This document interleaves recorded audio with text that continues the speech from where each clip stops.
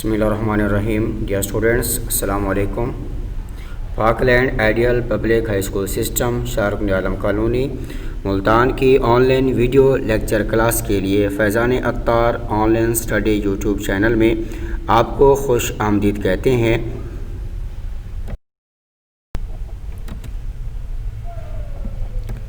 Class ناہم کی کتاب مطالعہ پاکستان کے باب نمبر 4 میں موجود صفحہ نمبر 95 پر ٹاپک ہے قرآن و سنت کی روشنی میں اسلام میں خواتین کے حقوق. اس ٹاپک کا آج ہم فرسٹ ہاف حصہ جو ہے وہ پڑھیں گے.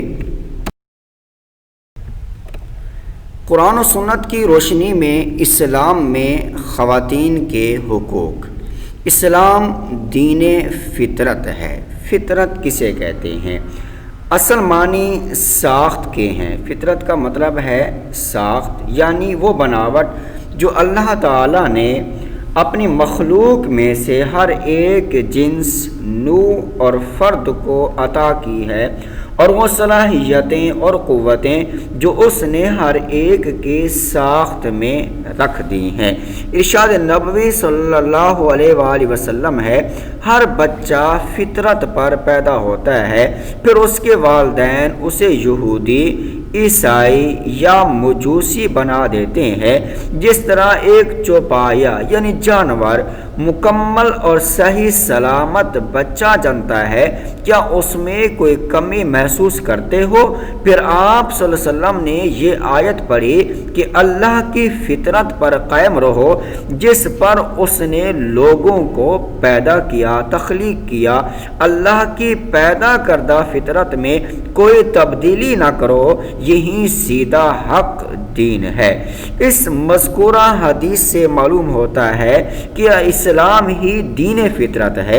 اگر اسلام دین فطرت نہ ہوتا تو یہودیت، عیسائیت اور مجوسیت کے ساتھ اسلام کا بھی ذکر ہوتا. حضرت موسیٰ، حضرت عیسیٰ اور دیگر انبیاء کرام علیہم السلام کا دین یہودیت، عیسائیت وغیرہ نہیں، بلکہ ان کا اس دین جو ہے وہ اسلام تھا. امام بخاری علیہ رحمہ نے سورہ روم کی مذکورہ آیت میں خلق اللہ کا مطلب دین اللہ اور فطرت کا مطلب اسلام بیان کیا ہے. یعنی دین اسلام جو ہے وہ دین فطرت ہے، جس کی تعلیمات کے مطابق بنیادی حقوق کے لحاظ سے سب انسان برابر ہیں. کوئی بھی انسان ہے، وہ کسی بھی خاندان سے تعلق رکھتا ہے، وہ کسی بھی مرتبے سے تعلق رکھتا ہے، وہ کسی بھی پیشے سے تعلق رکھتا ہے، سب انسان برابر ہیں. سب انسان حضرت آدم علیہ السلام کی اولاد ہیں. اس لحاظ سے اسلام میں جنس کی بنیاد، جنس کا مطلب ہوتا ہے قسم، طرح کی بنیاد پر عورت مرد کی کوئی تفریق نہیں ہے. تفریق کا مطلب ہوتا ہے فرق. اللہ تعالیٰ کے نزدیک دونوں ہی اس کی مخلوق ہیں، تخلیق کردہ چیزیں ہیں. قرآن و حدیث میں کثیر تعداد میں، بہت زیادہ تعداد میں ایسے احکامات موجود ہیں، فرامین موجود ہیں، جس سے اسلام میں عورت کے مقام، اہمیت اور اس کے حقوق کا تعین ہوتا ہے. تعین کا مطلب ہوتا ہے تقرر، تشخص. چنانچہ اللہ تعالیٰ فرماتے ہیں کہ ترجمہ سورۃ النساء کی آیت نمبر 1 میں، لوگوں اپنے پروردگار سے ڈرو جس نے تم کو ایک شخص سے پیدا کیا، یعنی اول اس سے اس کا جوڑا بنایا، پھر ان دونوں سے کثرت سے مرد و عورت پیدا کر کے روئے زمین پر پھیلا دیے.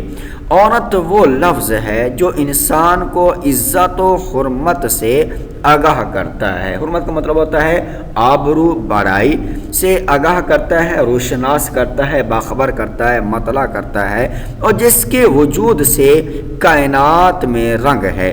تمام مذاہب بشمول اسلام ہر قسم کے نسوانی تشدد، یعنی عورتوں پر ظلم و ستم، جبر، تشدد، سختی کی مذمت کرتے ہیں. عیب گیری کرتے ہیں، برائی کرتے ہیں۔ اسلام نے خواتین کو حکومت، سیاست، قیادت کا مطلب ہوتا ہے رہنمائی، انتظامات اور مشاورت یعنی کسی سے باہمی صلاح مشورہ کرنا سمیت زندگی کے تمام شعبوں میں اہم ذمہ داریاں سونپ دی ہیں، سپرد کر دی ہیں۔ اکثر عورتیں اس تصور کی بنا پر، اس خیال کی بنا پر وجہ پر تشدد یعنی جبر کا شکار ہوتی ہیں کہ وہ مردوں کی نسبت کم تر ہیں۔ کم تر مطلب ادنا، حقیر۔ بہرحال قرآن مجید کی یہ آیات اس بات کی ترجمانی کرتی ہیں، نمائندگی کرتی ہیں، وضاحت کرتی ہیں کہ اللہ تعالیٰ کے ہاں مردوں اور عورتوں کا رتبہ، مقام و مرتبہ بحیثیت انسان برابر ہے۔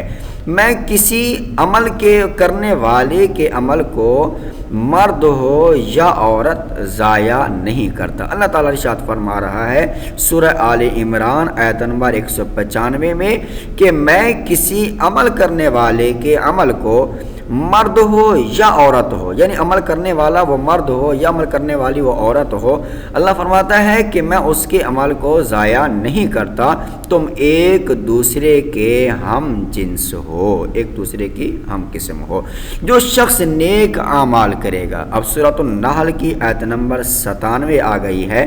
سورۃ النحل کی آیت نمبر 97 میں اللہ تعالیٰ فرماتا ہے جو شخص نیک اعمال کرے گا، اچھے اعمال کرے گا، مرد ہو یا عورت، وہ مومن بھی ہوگا تو ہم اس کو دنیا میں پاک اور آرام کی زندگی سے زندہ رکھیں گے۔ آیت کریمہ میں مرد اور عورت کا پہلے ذکر کیا گیا کہ نیک اعمال کرنے والا ہوں، اچھے اعمال کرنے والا ہوں۔ دنیا میں بہت سارے اچھے اعمال ہیں جو کیے جاتے ہیں، تو وہ اعمال کرنے والا مرد ہو یا عورت ہو، لیکن اس مرد اور عورت کے ساتھ ساتھ اللہ تعالیٰ نے ایک شرط بھی لگائی ہے، وہ عمل کرنے والا کیا ہو؟ مومن بھی ہو۔ کیا ہو؟ وہ مومن بھی ہو، کیونکہ اللہ تعالیٰ کا جو انعام ہے وہ کافر کے لیے ہرگز نہیں ہے۔ اللہ تعالیٰ نے جتنے بھی انعامات تیار کیے ہوئے ہیں وہ کس کے لیے ہیں؟ اس مومن کے لیے ہیں۔ تو وہ عمل کرنے والا، نیک عمل کرنے والا مرد ہو یا عورت ہو، اللہ فرماتا ہے ہم اس کو دنیا میں پاک اور آرام کی زندگی سے زندہ رکھیں گے اور آخرت میں ان کے اعمال کا نہایت اچھا صلہ دیں گے، یعنی بدلہ دیں گے۔ عرب معاشرے میں اسلام کی آمد سے پہلے دور جاہلیت میں لڑکی پیدا ہونے پر اسے زندہ درگور کر دیا جاتا تھا، یعنی اسے زندہ ہی قبر میں دفن کر دیا جاتا تھا۔ اسلام نے لڑکی کو رحمت بنایا اور گھر کا سکون بنایا۔ اسلام کا سورج طلوع ہوا تو عورت کو ظلم کے ان اندھیروں سے نجات ملی، چھٹکارا ملا۔ اسلام نے عورت کو ذلت، کیا لفظ ہے یہ؟ ذلت سے یعنی رسوائی سے، خستہ حالی سے، پستی سے چھٹکارا دلا کر، نجات دلا کر عزت و حرمت سے نوازا، سر بلندی عطا کی، عزت بخشی۔ عورت کو زندہ دفنانے کی جاہلانہ رسم ختم ہوئی۔ اسلام نے ہی عورتوں کو مردوں کے مساوی حقوق، برابری کے حقوق دیے اور عورت کی حیثیت مستحکم کی، یعنی مضبوط کی۔ اسلام نے عورت کو مساوی حقوق یعنی برابری کے حقوق، عزت کا تحفظ، عزت جو ہے صرف مرد کے لیے نہیں ہے بلکہ جیسے ہی مرد کے لیے عزت کا معیار ہے ویسے ہی عورت کے لیے عزت کا معیار ہے۔ وراثت میں ترکہ، وراثت میں حصہ، یعنی تو ترکہ ماں، باپ، بہن، بھائی، بیٹا، شوہر چھوڑ کر جاتا ہے تو اس کے ترکے میں بھی عورت کا حصہ۔ حق مہر، یعنی جب شادی کے موقع پر ایک خاص قسم کی رقم جو ہے وہ شوہر جو ہے وہ ادا کرتا ہے اپنی بیوی کو خلا کا حق. خلا کا مطلب ہے وہ طلاق جو عورت مال دے کر یا اولاد دے کر یا حق مہر معاف کر کے خود حاصل کرے، اسے کیا کہتے ہیں؟ خلا.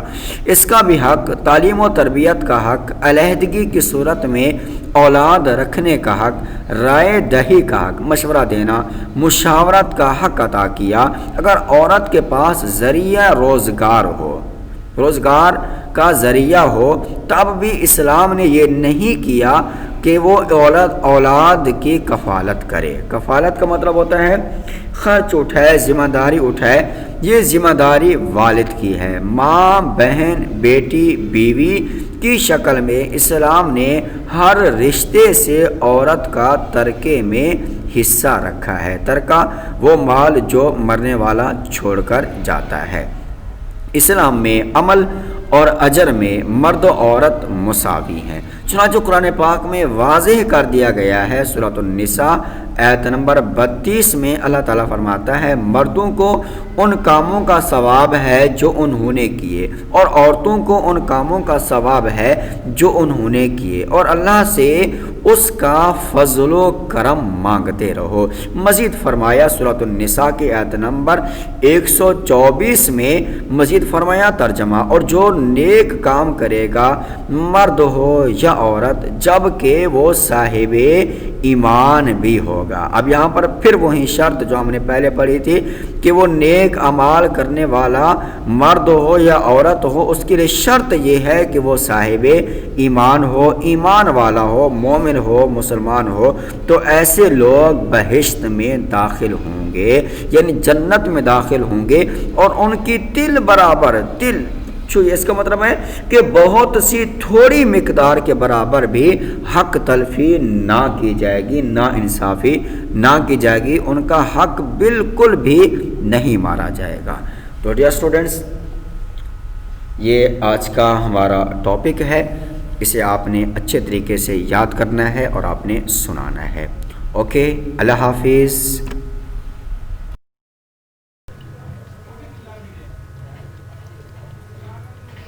ویڈیو کو لائک اور شیئر کریں، چینل کو سبسکرائب اور بیل کو پریس کریں.